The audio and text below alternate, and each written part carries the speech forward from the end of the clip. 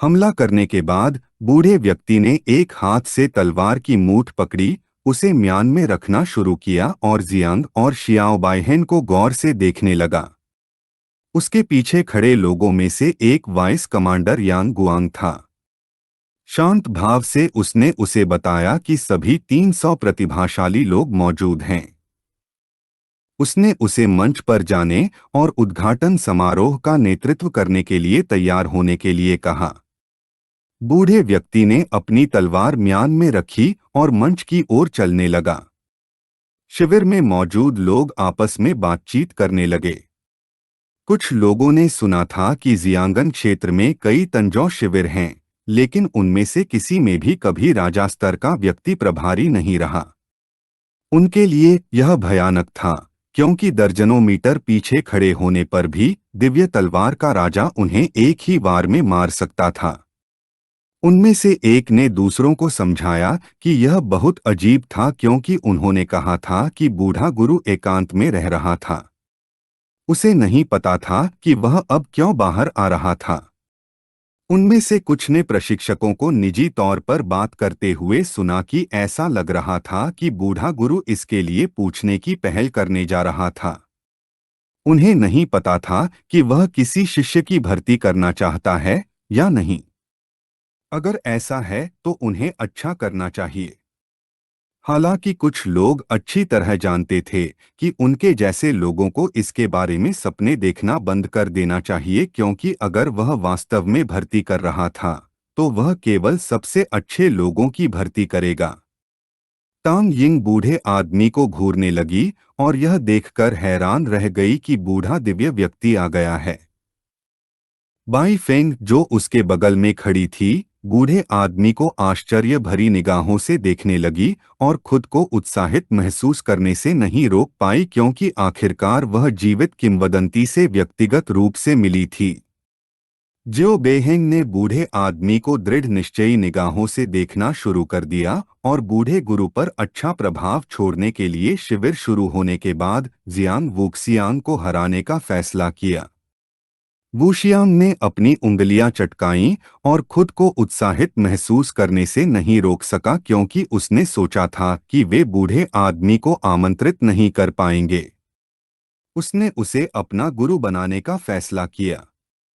Mu हांक्यू ने अपनी मुट्ठियां कस कर बंद कीं, उन्हें अपने चेहरे के करीब लाया और खुद को खुला हुआ और एक ही समय में आश्चर्यचकित रह गया। जियांग ने अपनी उंगली से बूढ़े आदमी की ओर इशारा करना शुरू कर दिया और एक उलझन भरी नजर से लुओ सैंडो से पूछा कि क्या वे उस शक्तिशाली बूढ़े गुरु को पहचानते हैं।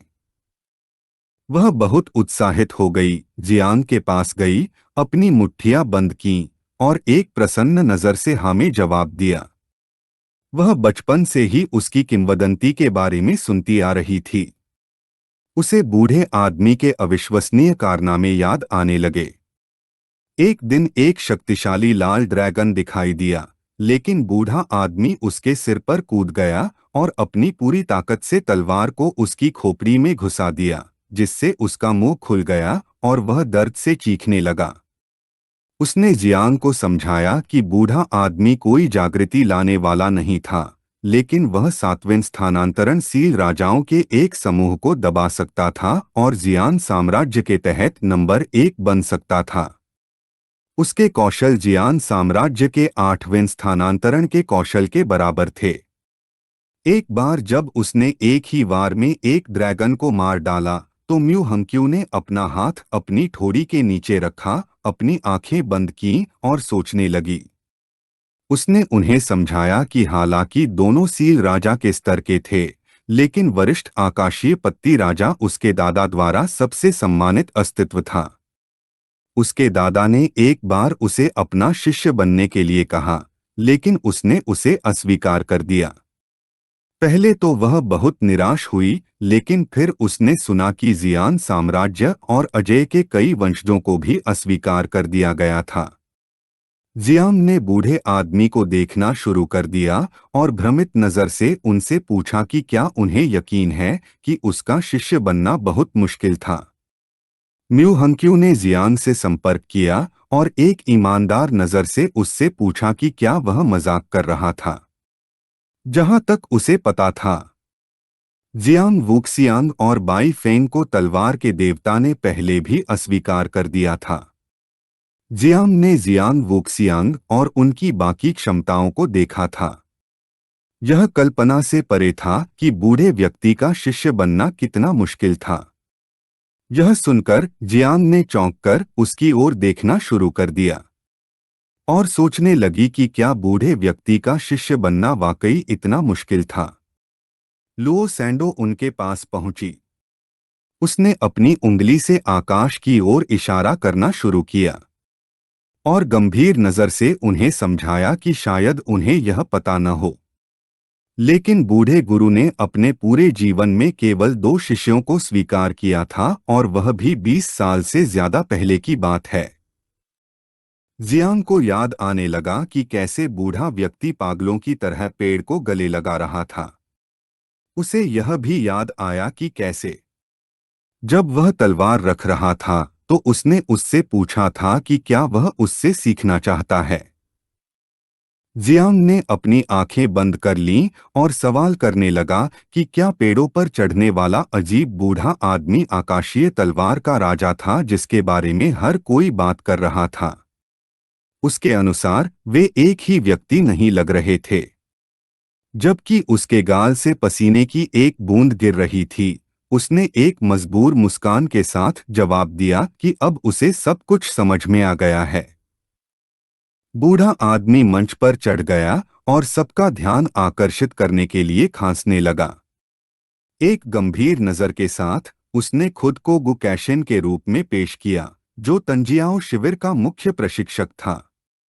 उसने दोनों हाथ मेज पर रख दिए और सबको याद दिलाया कि जैसा कि वे सभी पहले से ही जानते थे, उनके जियांगन क्षेत्र में तंजियाओ शिविर हाल के वर्षों में औसत से नीचे प्रदर्शन कर रहा था क्योंकि यहाँ लड़ाई सिर्फ एक दिखावा थी। अगर कोई यहाँ असली खतरों के साथ असली युद्ध के मैदान में अपना सब कुछ देने की हिम्मत नहीं करता, तो वे केवल मरेंगे और बिना दफनाए। उन्होंने सभी को बताया कि इस दुनिया में और भी राक्षस हैं। उन्होंने माइक्रोफोन को कसकर पकड़ लिया और मुस्कुराते हुए उनसे कहा कि उन्हें और अधिक सक्षम प्रतिभाओं की आवश्यकता है। इसलिए अपनी प्रतिभाओं की क्षमताओं को बेहतर ढंग से प्रदर्शित करने और उन्हें उजागर करने और बेहतर चयन करने के लिए इस साल उन्होंने जियांगन क्षेत्र में तंजियाओ शिविर के लिए एक नया नियम स्थापित किया था। उन्होंने इस नियम को मृत्यु कोटा कहा। यह सुनकर यांग गुआंग जो उसके पीछे खड़ा था चौंक गया। डर से भरी नजर से उसने गुकैशिन को बाधित किया और उसे रोकने की कोशिश की, लेकिन उसने अपने हाथ को उसके सामने रख दिया और संकेत दिया कि उसे अब और नहीं बोलना चाहिए और मुस्कुराते हुए सभी को समझाया कि यहाँ वह वही है जो अंतिम शब्द कहने वाला है। इसलिए अगर कुछ हुआ तो वह सारी जिम्मेदारी लेने वाला था। यांग गुआंग पागलों की तरह पसीना बहाने लगा और एक उलझन भरी नजर से सोचने लगा कि गुकैशिन किस मृत्यु दर के बारे में बात कर रहा था। उसके वरिष्ठों ने पहले इसका उल्लेख नहीं किया था और तंजियाओ शिविरों के इतिहास में पहले ऐसा कभी नहीं हुआ था। वहाँ कई शक्तिशाली प्रतिभाशाली लोग थे, इसलिए उसे नहीं पता था कि इससे अराजकता पैदा होगी या नहीं। गुकैशिन ने माइक्रोफोन लिया, उसे अपने मुंह के पास लाया और एक गंभीर नजर से उन्हें बताया कि आज उनमें से 10 परीक्षण के प्रत्येक दौर में उसके लिए मरने वाले हैं। उन्होंने यह भी कहा कि अगर कोई वापस लेना चाहता है तो वे अभी ऐसा कर सकते हैं। कई प्रतिभागी घबरा गए। एक लड़का अपने दोस्त को डर से भरी नजर से देखने लगा और उसे समझाया कि हालांकि यह भयानक था, लेकिन वह पीछे नहीं हट सकता क्योंकि अन्यथा उसका पूरा परिवार शर्मिंदा होगा। उसके दोस्त ने मुश्किल से निगला और कांपती आवाज में उससे कहा कि वह मरना नहीं चाहता। वो शुआंग जो उनके सामने हाथ जोड़े खड़ा था, शांत रहा, मुस्कुराने लगा और सोचने लगा कि वरिष्ठ दिव्य ब्लेड राजा से यही अपेक्षित था। उसके अनुसार जियांगन क्षेत्र में तंजियाओ शिविर को यह सालों पहले कर लेना चाहिए था। जियाओ बाइहेन ने अपना सिर पीछे घुमाया, जियांग को घूरने लगा और मुस्कुराहट के साथ इस निष्कर्ष पर पहुंचा कि यह नियम विशेष रूप से उसके लिए बनाया गया था। जब शिविर बाद में शुरू होगा तो वह पुराने मास्टर्स कोटा में से 2 को पूरा करने में सक्षम होने जा रहा था। जियांग ने जियाओ बाइहेन को देखना शुरू कर दिया और सोचने लगा कि यह आदमी क्या साजिश कर रहा है। शांत भाव से उसने निष्कर्ष निकाला कि इस कोटे के साथ भले ही बाद में संघर्ष बढ़ गया और उसने शियाओ बाइहेन को मार दिया, चाचा जियागांग और अन्य लोगों को बहुत अधिक चिंता करने की आवश्यकता नहीं होगी। कई मिनट बीत गए और कोई भी पीछे नहीं हटा। यह देखकर गुकीटन, जो एक हाथ में माइक्रोफोन पकड़े हुए था, ने अपना दूसरा हाथ अपनी कमर पर रखा और मुस्कुराने से खुद को नहीं रोक सका क्योंकि उसके अनुसार ऐसा लग रहा था कि सभी में कुछ गर्व था। उसके पीछे 4 उप कमांडर खड़े थे। उसने अपना हाथ एक तरफ बढ़ाया और चिल्लाते हुए घोषणा की कि शिविर में प्रवेश मूल्यांकन आधिकारिक तौर पर शुरू हो गया है। पहले दौर में 300 लोग थे, उनमें से आधे बाहर होने वाले थे। उसने अपनी तलवार की मूठ पकड़ी और उसे म्यान से बाहर निकालते हुए गंभीर भाव से उन्हें समझाया कि शिविर के भीतर 150 उन्नति झंडे बेतरतीब ढंग से छिपाए गए थे। उसने यह भी कहा कि उसे इस बात की परवाह नहीं है कि झंडे पाने के लिए उन्होंने कौन से तरीके अपनाए। दूसरे दिन भोर में यह दौर समाप्त होने वाला था और जिनके पास झंडे थे वे अगले दौर में आगे बढ़ेंगे। उसने अपनी तलवार निकाली, उसकी धार उन पर ताननी शुरू की और जब उसकी आंखें चमक रही थीं, तो उसने उनसे आत्मविश्वास से लड़ने और आत्मविश्वास से मारने के लिए कहा। वे अकेले लड़ सकते थे या गठबंधन बना सकते थे। उन्हें अगर चाहें तो पूरे शिविर को नष्ट करने की भी अनुमति थी। संक्षेप में वह उनका खूनी संघर्ष देखना चाहता था। यह कहने के बाद उसने तलवार को आसमान की ओर उठाया और सभी को तितर-बितर होने का आदेश दिया क्योंकि परीक्षण शुरू हो चुका था। उसका आदेश सुनते ही सभी भागने लगे। कुछ लोगों को पता था कि उनके मौजूदा कौशल के साथ सबसे अच्छा तरीका झंडे ढूंढना, छिपना और निर्दयी लोगों से बचना था। उनके अनुसार अगले दौर में आगे बढ़ने का यह सबसे सुरक्षित तरीका था। जब सभी भाग रहे थे तो साहो बैक्यून मुस्कुराने लगा क्योंकि उसका शरीर एक शक्तिशाली नीली ऊर्जा से घिरा हुआ था। उसने अपनी तलवार निकाली, उसे एक तरफ बढ़ाया और जोंग की ओर चलना शुरू कर दिया। धीरे धीरे जब वह करीब आ रहा था, जोंग, जो मुहानक्यू और लो सैंडो के बगल में खड़ा था, चुप रहा। जोंग ने अपने हाथों को बगल में फैलाया, साहो बेग को घूरना शुरू कर दिया और उन्हें पास के अग्रिम झंडों की तलाश करने का आदेश दिया क्योंकि वह उसका ख्याल रखने जा रहा था। मुहानक्यू को नहीं पता था कि जोंग क्या सोच रहा था। उसने घबराई हुई नजर से उससे पूछा कि क्या वह निश्चित है। वह वाक्य पूरा करने से ठीक पहले उसने अपना हाथ एक तरफ बढ़ाया, एक रक्षात्मक मुद्रा अपनाई और उसे बताया कि यह एक आदेश था। यह सुनकर म्यूहानक्यू और लो सैंडो ने उसकी ओर पीठ फेर ली और भागने लगे, जबकि साहो बैक्यून का शरीर शक्तिशाली नीले मैना से घिरा हुआ था। वह हंसने लगा और यह पूछकर उसका मजाक उड़ाया कि क्या उसके जैसा एक नौसिखिया जिसने दूसरा स्थानांतरण भी नहीं किया है, वह हीरो बनना चाहता है। जोंग ने अपना हाथ एक तरफ बढ़ाया, जिससे उसमें से छोटे नौ की जहरीली धुंध निकलने लगी। हालांकि साहो बैक्यून की तलवार की ऊर्जा वास्तव में आश्चर्यजनक थी, लेकिन यह साहो यूनवू की तुलना में बहुत कम थी, भले ही वह अब पहले से बहुत अधिक शक्तिशाली था। उसे नहीं पता था कि क्या उसके लिए साहो बैक्यून से केवल जहर का उपयोग करके निपटना संभव होगा, बिना माकीट के अस्तित्व को उजागर किए। एक शांत नजर से उसने उससे बकवास करना बंद करने के लिए कहा। साहो बैक्युन ने सुना और एक मृत लाश पर और अधिक शब्द बर्बाद न करने का फैसला किया। अपनी पूरी ताकत का उपयोग करते हुए उसने जोंग की ओर एक शक्तिशाली वार किया। जब जोंग का शरीर लिटिल नाइन की जहरीली धुंध से घिरा हुआ था तो उसने खुद को बचाव के लिए तैयार किया। लेकिन साहो बैक्युन के हमले से ठीक पहले किसी ने उसे रुकने के लिए कहा और उसके हमले पर कुछ छोटे चाकू फेंके, जिससे हमला टुकड़े टुकड़े हो गया। यह व्यक्ति कोई और नहीं बल्कि तांग यिंग थी। जब वह अपने हाथों में चाकू पकड़े हुए थी तो वह गुस्से से साहो बैक्युन को घूरने लगी। साहो बैक्युन जो एक हाथ से तलवार पकड़े हुए थी उसे गंभीर भाव से देखने लगी और पूछा कि वह क्या कर रही है। जब बगल की ओर देखा तो जोंग ने तांग यिंग को हैरान नजर से देखा। वह सवाल करने लगा कि क्या वह महिला हत्यारी थी। तांग यिंग ने अपने हाथों को अपने कूल्हों पर रखा, उसके पास गई और चिल्लाई कि क्या वह बैक्युन के साथ अपना समझौता भूल गया है। वे शिविर शुरू होने के बाद वू श्वांग को मारने के लिए सहमत हुए थे, फिर भी वह लगातार तुच्छ मामलों से निपटने के लिए चला जाता था। उसे नहीं पता था कि वह जानबूझकर ये बहाने बना रहा था क्योंकि वह वास्तव में वू श्वांग से डरता था। साहो बैक्युन ने अपनी मुट्ठी कस ली और गुस्से से पूछा कि किसने कहा था कि वह डरता है। दोनों ने जोंग की ओर पीठ कर ली और वू श्वांग के इलाके की ओर चलने लगे।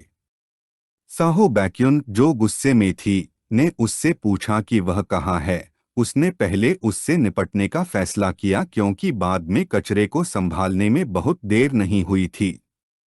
तांग यिंग ने उस दिशा में इशारा करना शुरू किया जहां वू श्वांग था और बताया कि वह जंगल की ओर चला गया था और बैक्युन अब उसका पीछा कर रहा था। जोंग ने छोटे नौ की जहरीली धुंध को निष्क्रिय कर दिया, उन्हें देखना शुरू कर दिया और राहत महसूस की क्योंकि चीजें वास्तव में बदल गई थीं। वह नहीं जानता था कि तांग यिंग कौन थी, लेकिन उसे लगा कि वह जानबूझकर उसकी मदद कर रही थी। एक बार जब वे थोड़ा दूर चले गए तो तांग यिंग ने पीछे मुड़कर अपनी उंगली अपने मुंह के पास रखी और उसे आंख मारी। यह देखकर उसे एहसास हुआ कि वह वास्तव में उसकी मदद कर रही थी, लेकिन उसे नहीं पता था कि क्यों, क्योंकि वे एक दूसरे को जानते भी नहीं थे। वह उदास भाव से नीचे देखने लगी। वह तांग जिन की भतीजी थी। उसकी चाची ने उसे तानजाओ शिविर में जोंग चेन की गुप्त रूप से देखभाल करने के लिए कहा था, लेकिन अपनी वर्तमान क्षमताओं के साथ वह सीधे साहो बैक्युन से नहीं लड़ सकती थी। वह केवल वू श्वांग के नाम का उपयोग करके उसकी हरकतों में देरी करने की कोशिश कर सकती थी। काले बालों वाला एक आदमी जो अपनी पीठ पर एक धनुष लिए हुए था और अपने हाथों में कई झंडे पकड़े हुए था, उनके पास आया, उनके सामने घुटने टेके और समझाया कि उसके पिता उसके दादा के अधीनस्थ थे। उसके पास ये 3 उन्नति झंडे उसके प्रति समर्पण के संकेत थे। वह हुआंग योंगचाओ नाम का छठा आदरणीय स्थानांतरण वंशज था। साहो बैक्युन उसके पास आया और एक गंभीर नजर से उससे कहा कि उसे झंडों की जरूरत नहीं है। उन्होंने यह भी कहा कि अगर वह वास्तव में अपनी वफादारी दिखाना चाहते हैं तो वह कुछ करने में उनकी मदद कर सकते हैं। तांग यिंग ने अपनी बाहें पार की और चुप रही। हुआंग योंगचाओ, जो उनके सामने घुटने टेक रहे थे, ने समझाया कि उनका अधीनस्थ उनकी पूरी निष्ठा से सेवा करेगा। तांग यिंग ने साहो बैक्युन को देखना शुरू किया और सोचा कि यह अच्छा नहीं है क्योंकि अब जोंग को खुद ही इसका ख्याल रखना होगा, लेकिन उसे उम्मीद थी कि म्यू हेनक्यू और लियू ओसांडाओ उसकी रक्षा कर सकते हैं। उसी समय लियू ओसांडाओ ने 2 उन्नति झंडे प्राप्त किए, जबकि वह उन्हें अपने हाथ में पकड़े हुए थी। उसने अपनी आंखें बंद कीं और एक हर्षित मुस्कान के साथ जोंग को समझाया कि उसे अभी-अभी 2 झंडे मिले हैं। वह उस क्षेत्र में पहुंची जहां जोंग ने झंडे को मेज पर रखा था। जोंग, जिसका एक हाथ उसकी कमर पर टिका हुआ था, ने शांत स्वर में उन दोनों से पहले झंडे लेने के लिए कहा क्योंकि वह एक जगह देखने जा रहा था। उसने दोनों हाथ टेबल पर टिकाए और उससे कहा कि वे दोनों मिलकर टेबल ढूंढने में उसकी मदद करेंगे। और मुहेनक्यू, जो उसके बगल में खड़ी थी, ने अपनी बाहें क्रॉस की और चुप रही। उसी समय किसी ने तीर चलाया, जो बहुत तेजी से उनकी ओर बढ़ने लगा। जोंग को यह भांपने में देर नहीं लगी। उसने अपना हाथ टेबल के नीचे रखा और उन्हें सावधान रहने को कहा, इससे पहले कि तीर उसके करीब पहुंच जाए। जोंग ने अपनी पूरी ताकत से टेबल को आसमान में फेंका, जिससे वह सीधे तीर से टकरा गई। हमला इतना शक्तिशाली था कि टेबल टुकड़े टुकड़े हो गई। लियू उस एंडाओ ने ऊपर देखना शुरू किया और यह देखकर वह घबरा गई और डरने लगी क्योंकि उसे नहीं पता था कि क्या हो रहा है। वह जल्दी से जोंग के पीछे छिप गई, दोनों हाथ उसके हाथ पर रखे और थोड़ा बाहर झांककर देखने लगी कि क्या हो रहा है। वह सतर्क हो गया और गंभीर नजर से चिल्लाया और पूछा कि कौन हमला कर रहा है और क्या वे उनके झंडे चुराना चाहते हैं। म्यूहेनक्यू ने दो खंजर निकाले, उन्हें दोनों हाथों में थामा और रक्षात्मक रुख अपनाया। हमला करने वाला कोई और नहीं बल्कि हुआंग योंगचाओ था। वह कूद गया, अपना धनुष निकाला, जोंग पर निशाना साधना शुरू कर दिया और जब तीर एक शक्तिशाली ऊर्जा से घिरा हुआ था, तो वह उसे घूरने लगा और उसने खुलासा किया कि उसे झंडा नहीं चाहिए बल्कि वह उसकी जान लेना चाहता था। उसने जोंग की ओर तीर चलाने की तैयारी की, जिससे तीर और भी अधिक ऊर्जा उत्सर्जित करने लगा। उन्होंने आसमान की ओर देखा और यह देखकर कि यह हुआंग योंगचाओ था, उन्होंने जोंग को बताया कि उसके पास सूर्य का पीछा करने वाले का चरम तीरंदाज नामक एक छिपा हुआ पेशा था।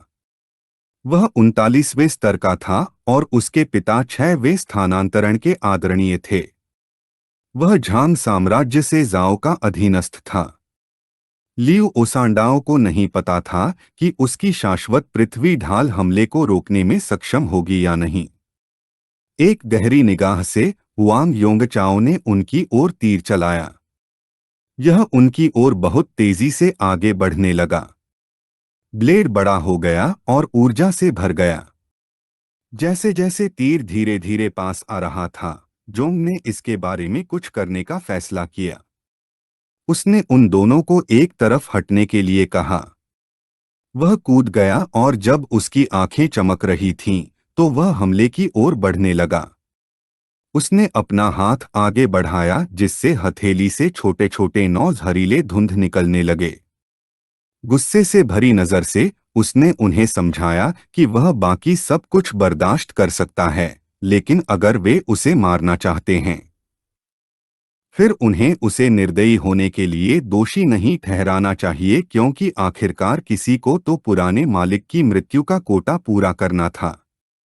लियू ओसांडाओ, जो जोंग के पीछे थी, डर के मारे अपनी छाती को पकड़े बिना नहीं रह सकी और मुहांक्यू, जो दो खंजर पकड़े हुए थी, उसे आश्चर्यचकित भाव से देखने लगी और सोचने लगी कि वह क्या करने की योजना बना रहा है। जोंग ने हुआंग योंगचाओ की ओर छोटे नौ की जहरीली धुंध को फेंका, जिससे हमला अवरुद्ध हो गया। इस वीडियो का अंत है। अगर आप लोग अगला भाग देखना चाहते हैं तो हमारे चैनल को सब्सक्राइब करें, वीडियो को शेयर करें और लाइक करें।